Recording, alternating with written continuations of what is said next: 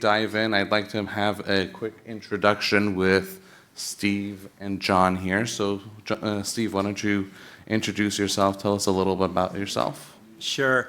So my name is Steve Philpott. I work for Intel, and I'm actually helping on one of their M&A divestitures right now. I've got about 30 years of IT experience across a variety of industries, companies like Gateway Computers, Qualcomm, Western Digital, Intel, variety of industries. I've been in semiconductor, manufacturing, life sciences, biotech, et cetera. So I've seen quite a bit of IT over the years. Through that, I've done about 50 M&A transactions. The most notable ones were a recent one with Western Digital. Western Digital, Hitachi Global Storage, and SanDisk came together. So that was a simultaneous merging of 3 Fortune 500 companies. So just as an example, when you do that, you have things like 60 payroll systems that you have to rationalize. So all sorts of fun. More recently, I've been helping Intel. So in 2021, I worked with Intel on the spin out of their NAND storage division. And then just recently this year, I'm helping Intel with another spin out, a semiconductor one that's just getting started right now. Pleasure to be here. Thank you, Steve. John? Hi, everybody. John Ritchie, Fox Corporation. I've been at Fox about 7 years. I went in as head of corporate IT, and I've morphed into more of an enterprise role as the company became a little bit more centralized. I've been in IT about 30 years. I worked at some large companies such as PepsiCo, Pfizer, Morgan Stanley, and Avon. And in the M&A space, I worked on a few large transactions. I worked on remnants of the Pharmacia deal at Pfizer and a lot of the Wyeth merger that was done about 15, 20 years ago. Also worked on Avon's transaction to spin off an entity from private equity and basically sell the private equity. And most recently worked on Fox's transaction with Disney, taking care of a lot of the corporate and consolidation systems. Also, I want to set expectations. If anybody needs help with their cell phone, I'm not the guy to ask. I usually ask my kids for help. Thanks, John. Thanks, Steve. So I'm Cam Digigian, a leader in our Deloitte's M&A IT practice, where I focus on sign to close and post-close integrations and divestitures. So I've done my share of due diligences, I think around 70-ish now.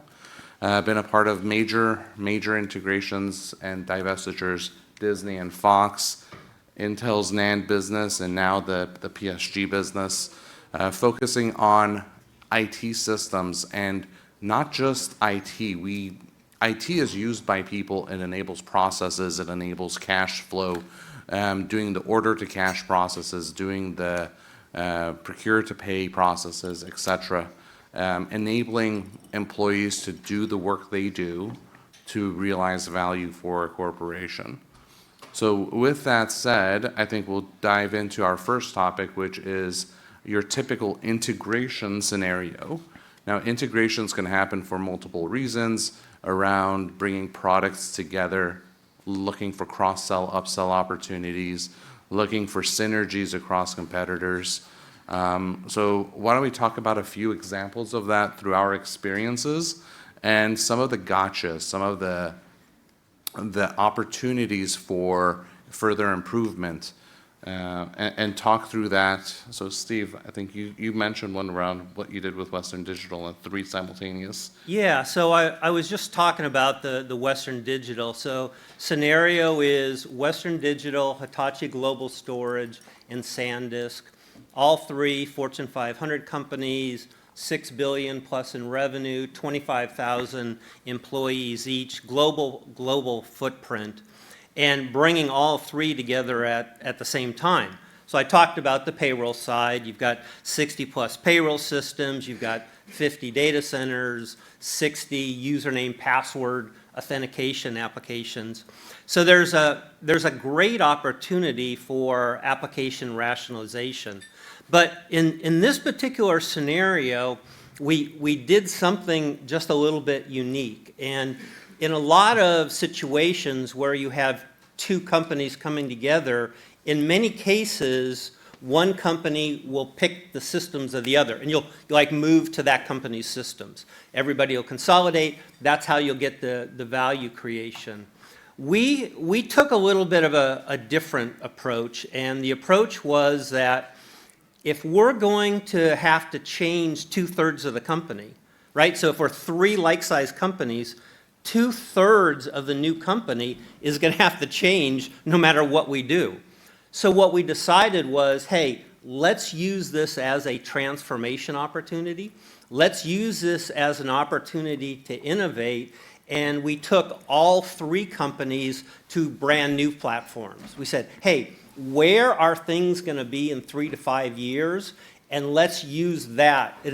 It's probably as close as you can get to a clean slate with legacy systems. You know, having that opportunity, and you don't get that opportunity very often. But I think that was one of the things about kind of the value creation. There would have been an opportunity, hey, you just pick one, but really the larger value creation long-term was going to go to a new platform, get those business process synergies, and then build from there. That's a great example, Steve. So not just thinking about bringing A and B together and picking something, but actually using the M&A event to help you leapfrog technology. in technology, Yeah. which improves processes. Fox did a similar deal with Disney. Yeah, and to build on Steve's comments there, a lot of the, the synergy that would be assumed or baked into the analysis of the deal really can only be achieved if, all of the systems are aligned, data flows are aligned in the companies to do things. So similar to what Steve did when I've worked on several transactions, we typically start out where, each company will take an inventory of their systems, and it's really important both internally and then with your counterparty to be able to set a disposition around the systems and the data. So if there are 2 systems, do we pick one of them or do we go to a third one? Maybe you're both running a system from 1985 and a new one is the right answer. Maybe the acquirer or the acquiree's got a better license deal. There's a lot that can figure in there. So understanding, and this, by the way, applies if it's a divestiture or a merger, picking a system, or if you're splitting, who gets licenses, and where's the data going, right? So all those things need to be, set up front, not only because both groups need a game plan, but that will inform the need to write transition service agreements or TSAs, as well as be able to plan for master data alignment and systems alignment as you go. But for John, just a quick question. Yeah. For that particular scenario, did you identify that during the deal process, or was that identified at some point down the road? It was identified once the deal was formally announced, right. Or at least in discovery. We started that discussion to right. figure that out. And it's one of these things that just elaborates over time. And there's a few things we certainly changed our mind on as we went, or someone changed our mind for us. So, there's things like that certainly happened as we went along. But, we had to land in a good place. And like a lot of times it was internally having that discussion and then deciding, collectively with the counterparty, right. What's the best thing for everybody to do. And there's obviously compliance that goes with that and licensing, et cetera. One of the big things too, and this is more of blocking and tackling, but if you're going to be splitting systems and splitting licenses, most vendors are fine if they're getting paid out of the left pocket and right pocket, they don't care. Other vendors look for the opportunity to say, this company has a time-bound transaction going, they're somewhat compromised, we're going to take advantage of the situation. So it's something to watch out for, and the earlier you can start that negotiation, the better off you are. That's a really great point. And one thing we advise our clients is to look at systems as early as possible, because the earlier you can start negotiating, what if you can time your negotiating with a quarter close or a year-end close of a vendor? You can actually get the best deal that time of year when you haven't made an official announcement yet. So while you're looking at percentages of value, the realization is in the negotiation with the vendors, with identifying which systems and processes could we go to, what's the art of the possible, and then also identifying and setting that roadmap of these transactions, these changes are going to enable better processes, better employee experience, et cetera, et cetera.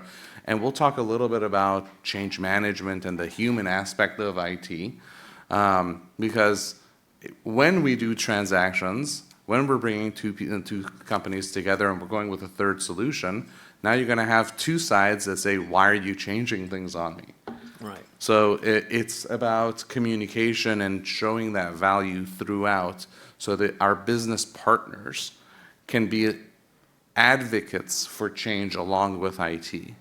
Because the end mission is for success in the corporation. That's a great point, and that reminds me of, I'd made an earlier comment about time, scope, and features in doing an M&A project specifically.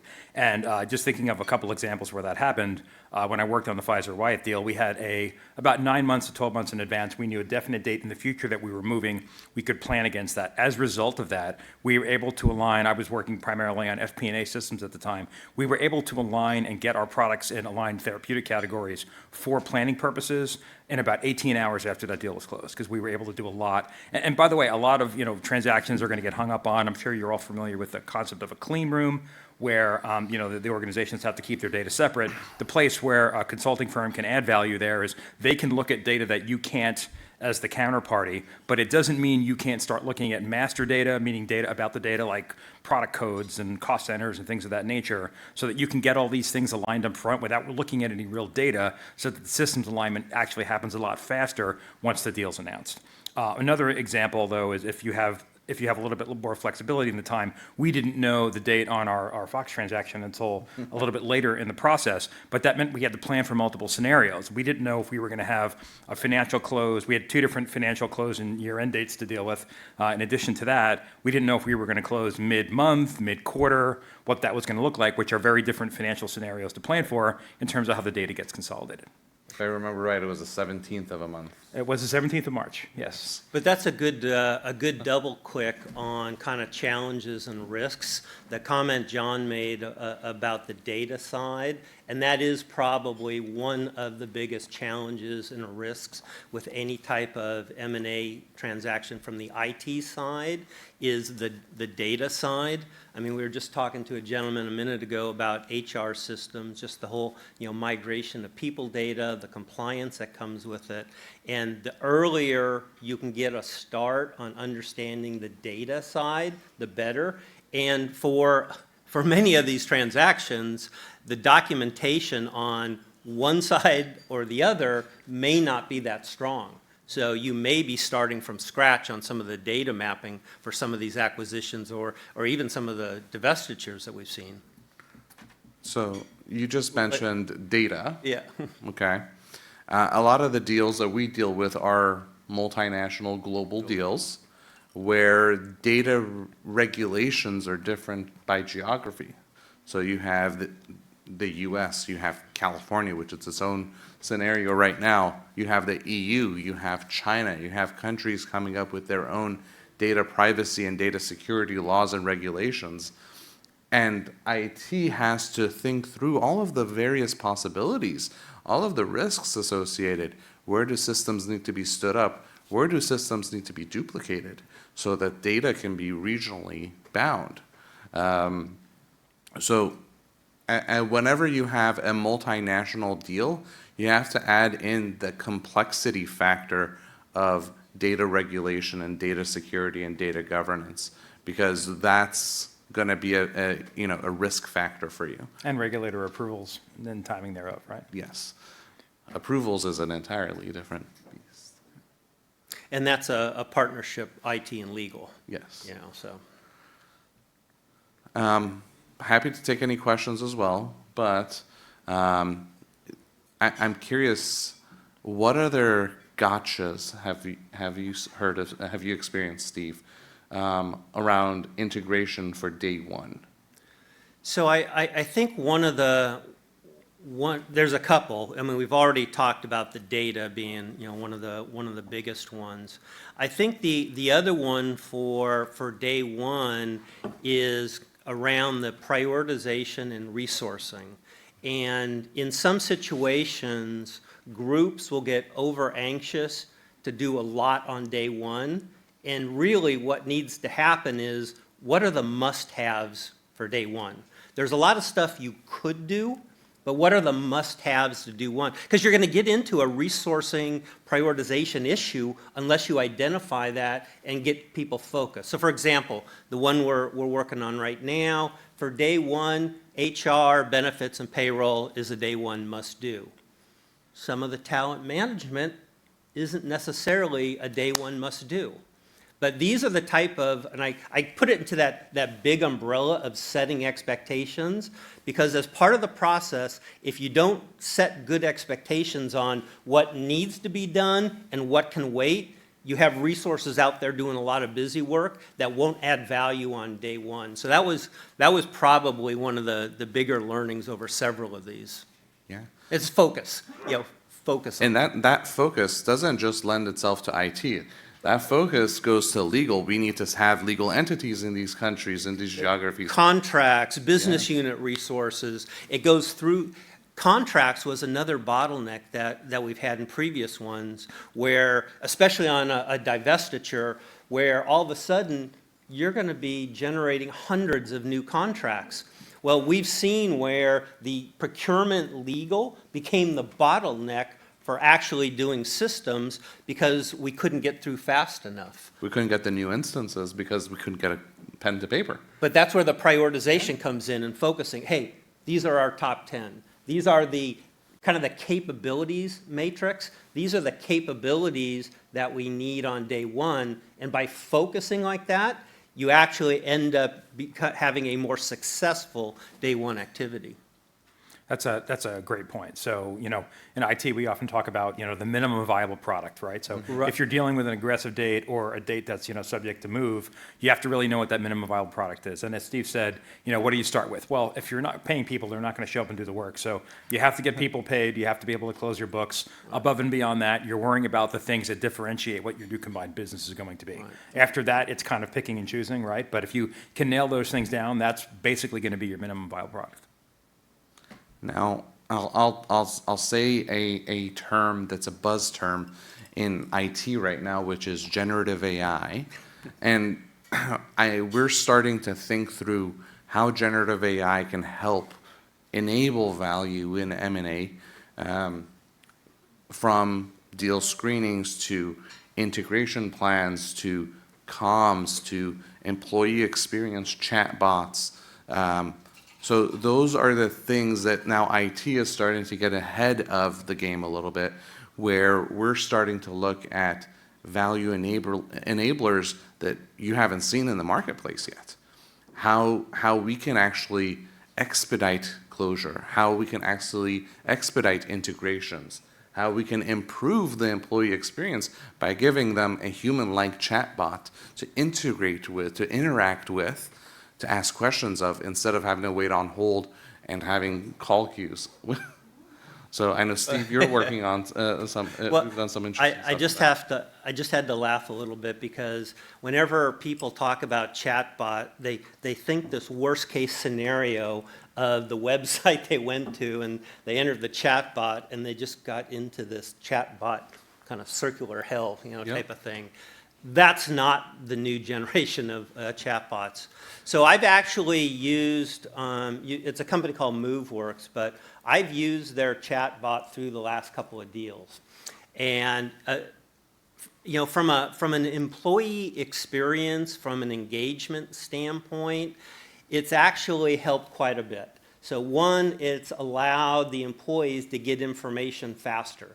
So think about all the FAQs that the deal builds, to answer questions. They get all put into the chatbot to be able to answer. And the chatbot sits inside of an application they have access to, like Microsoft Teams or Slack or one of the others. But it allows quick access to information. Second, it's supported in 100 languages. So for our scenario, the last time when we were spinning out of Intel, we had facilities in South Korea, Poland, South America, China, and we had language support in all those areas. So now you, as kind of the IT team, didn't have to build multi-language support for that capabilities. And then it started to help with some of the triage process. But one of the other interesting things was, just from the Intel side, Intel has, it's like, I worked in the government. I was a Navy pilot for a while. I thought the Navy had lots of acronyms. Intel, I mean, like 6,000 acronyms. Like, who knows all of these? So what we did was we loaded all the acronyms into the chatbot. And so when somebody wanted to know, what is BKM, best known methods, what's AR, action required, I mean, it kind of helped from that engagement. And I talked to HR and internal communications, and day one is an engagement event. Day one of the new company, this is on the divestiture side, similarly true on the acquisition side, but day one is an engagement event. You want it to go as well as possible. You want it to run smooth. You want people to have their questions. Having tools that allow you to communicate, to allow you to engage with employees, helps the success of the deal because it gets everybody engaged. Yeah, that makes me think of as well, productivity tools are a huge part of any organization now. Yeah. And I think it's easy to underestimate, just because it's kind of out of the box working software, the challenge and the opportunity of these tools in light of a merger or a divestiture.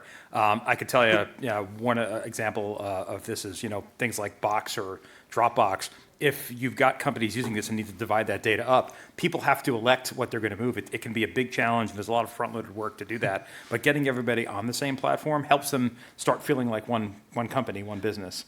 And some of it's the change. So even on this chatbot, I gave the example of people have that negative thought of how they've dealt with a chatbot in the past. This new generation of chatbots, that's not what they are. But getting people through that change management part is like, oh my gosh, this is good. I mean, that's part of the challenge. I haven't given a lot of thought to using AI for this type of work, because we're not always working on M&A with what I do now.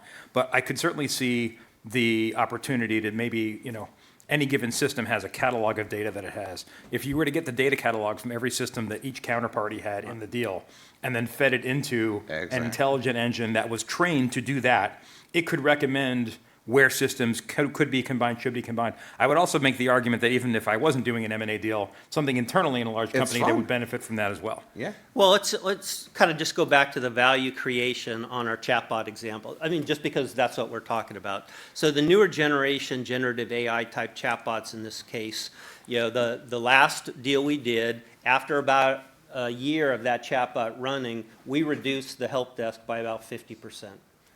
Currently, the capabilities are it can auto-generate knowledge management articles, frequently asked questions, et cetera. And so there's a lot of value creation by some of these new generative AI tools. But the other thing to remember on them is when they come in, they don't come in knowing everything. That there is actually a learning curve that comes, but as they get deployed, as they get interacted with more, they start becoming more valuable over time. And that's where, like, Moveworks will ask you, when it provides an answer, did I get this right? And it's learning. It's self-learning. Right. That's right. So these are some of the ways that, within IT, we're looking to add value to the organizations we work with through innovation, through integration, through divestitures, but always looking at it from a human lens and a cost lens. Now, we've started to talk about divestitures a little bit. So there's two scenarios of divestitures that I really work with. One is a company's strategic direction has changed. A business unit is no longer core to the growth trajectory, so they want to divest it. Now, if you're divesting to a strategic buyer, that's easy. They're just going to integrate and take whatever they want, or divest, or toss whatever IT systems they don't want. Now, if you're selling to a PE would want that business stood up as a brand new company, a new entity, and wants it to have its own back-end ERP, wants it to have its own identity and access management. It needs to stand up a brand new company. So those are some of the newer challenges that we're seeing in the divestiture world. There's also spin-offs, where what we're working on now, where a company wants to spin off a BU because it unlocks value for the BU being a new separate entity. Having to stand up IT to really rerun a whole company. Now, with Deloitte, we have a couple of mechanisms where we do this. We have something we call digital mix, which is pre-configured solutions where order to cash, procure to pay, et cetera, basic processes are pre-configured in the ERP, pre-configured Active Directory, pre-configured HRIS solutions to help rapidly stand up capabilities to reduce the need for TSAs. We actually did a project, I think, last year, where on day 1, 0 TSAs were needed. So thinking about how does the business need to operate, change your business processes to match industry norms, order to cash, procure to pay, those are not really business differentiating processes. That process is the same for most companies. So why would you want to redefine that process every time you want to build up a new company? That should be pre-configured. It should be really lightning quick to stand up, and let your solution, your product, your front office be your business differentiator, not your back office. So I know, John, that's really what you did with Fox. When you guys started with clean sheet architecture, you got rid of all of your tech debt, really. And you know, technologists, we talk about technical debt. I know from a financial perspective, it's hard to understand. Every line of code, every technology that you own, IT sees that as debt.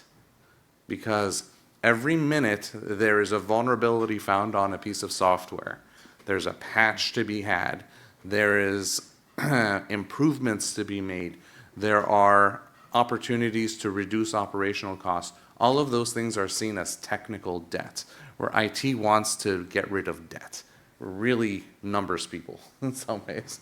So John, why don't you talk about the clean sheet architecture and how you actually got rid of all of your technical debt? Yeah, and I'll just give a little backdrop on that too. Just in terms of, I work a lot on financial systems, ERP, consolidation, FP&A.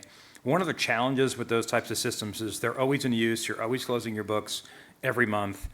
They do need to be upgraded, and this was especially an issue when systems were on-premise. It's been somewhat mitigated by the cloud.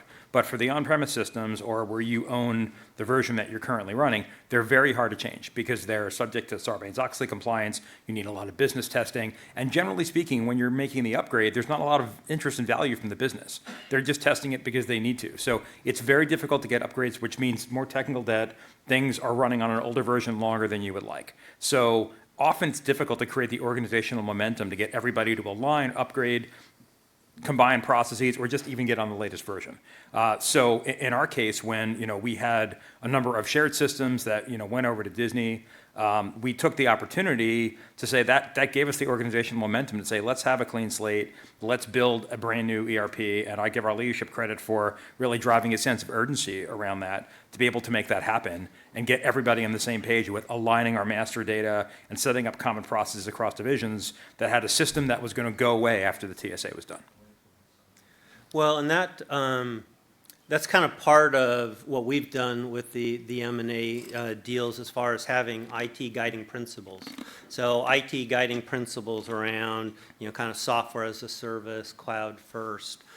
IT principle around the concept of a platform, bringing in a platform, whether it's an SAP or an Oracle, Microsoft, and you kind of build on those platforms. But one of the other guiding principle during these M&A transactions is the concept of configure, but don't customize. Because customize means that you jeopardize upgrades down the road, you add more work down the road. So we say, hey, we can configure, which is within the bounds of an application, but not to customize it. So we've talked about integrations, we've talked about divestitures. There's an opportunity around restructuring as well, where you can kind of look inward. How do I take a one-time cost to reimagine my own business. So within the M&A world, we talk about restructuring as well to look at redefining business processes, simplifying org structures to enable regrowth of the business through restructuring. So I wonder, Steve, have you had to deal with anything similar? Yeah, there's a couple things in, in that particular area. And it kind of goes back to the processes. So again, let's take the Western Digital example, is taking the three companies and not using any of the three systems, but going to a fourth new ERP system, kind of gave us that ability to rebuild all of our processes, to rethink all the legacy processes we had. And a lot of those legacy processes had customizations in them, which had overhead and cost. And so I think that gave us that opportunity to kind of relook at the processes and say, hey, how do we want to do these with a lens of being more efficient, 3-4 years down the road, and So having that platform. I think taking that process, that mindset of let's look forward, you can apply that. We work with PEs with their portcos to look at how do we restructure the portco without a transaction to enable it for growth. So those same M&A integration or divestiture processes can actually be applied to restructuring to enable change, transformation, and value creation through an IT lens. One of the interesting things we talked about, kind of on that internally looking, and it goes back to the Western Digital example. So again, 3 like-sized companies. 2 of them, Western Digital and Hitachi Global Storage, $6 billion, 25,000 employees. One company, their IT costs were 2x the other one. And you kind of look at it from the outside and go, oh gosh, one is more efficient than the other. That's not necessarily the case. And this scenario comes up in most of the M&A type work we do from an IT side is, where are the IT costs? So in that particular scenario, the side where the IT costs were 50%, it was only because they had those IT costs out in the business unit. So it really takes work to kind of go, where are the IT costs in the entire company, not the IT costs that are Okay. just in IT. And that I've seen across a dozen different type of The term interactions. shadow IT. Right. Yes. I was going to say the same thing, and to your point, Steve, but a lot of that is, how exactly are you measuring IT, right? Yeah. So you probably have 2 different measurements there, not double efficiency in one. Right. So I'm curious, do you all do benchmarking against IT spend? Anyone? Okay. So whenever we do due diligences, we get asked, what is the IT spend of a company? Compare that against their peers, do benchmarking. Whenever we see something that looks peculiar in terms of 50% below market or below competitors, it's an indicator that there's shadow IT. Shadow IT means disparate systems, it means disparate processes, it means more technical debt. Data silos. Yes. So in your dealings, if you look for cost drivers and look at IT spend, anytime you see numbers that looked too good to be true, they really are. I think that's the bottom line. The cost of operating a business is the cost of operating a business, whether it's in IT or shared across the BUs. But when it's shared, it's decentralized. It's not contained, not controlled, not under the same processes. So it becomes riskier to control. I would think, too, you've got to look at that with an industry lens, right? You're going to have businesses that are going to need more technical investment, like a biotech, for example. It's going to have different benchmarks than an insurance Of company. course. Compare against their peers. Yes. So any closing thoughts, Steve?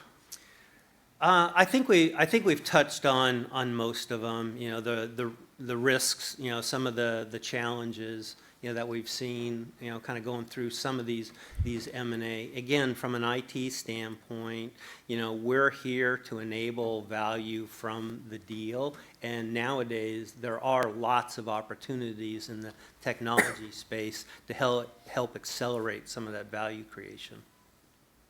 I would say one other item we never really talked about. I think it's an easy thing to do, but I think it adds so much value in the transaction. Obviously, when there's, our legal teams, when you're doing a deal, executing a step plan and creating entities and assets are getting moved and things are happening and certain things are enabled by that. On the IT side, one of the things we did successfully with Cam's firm was have our own step plan where we'd laid everything out and we literally said what's happening day one, what's happening day two. A memo went out with the percent complete on all the key financial factors the corporate team needed, and that led to a great comfort level and a great level of coordination that was greatly appreciated by our business.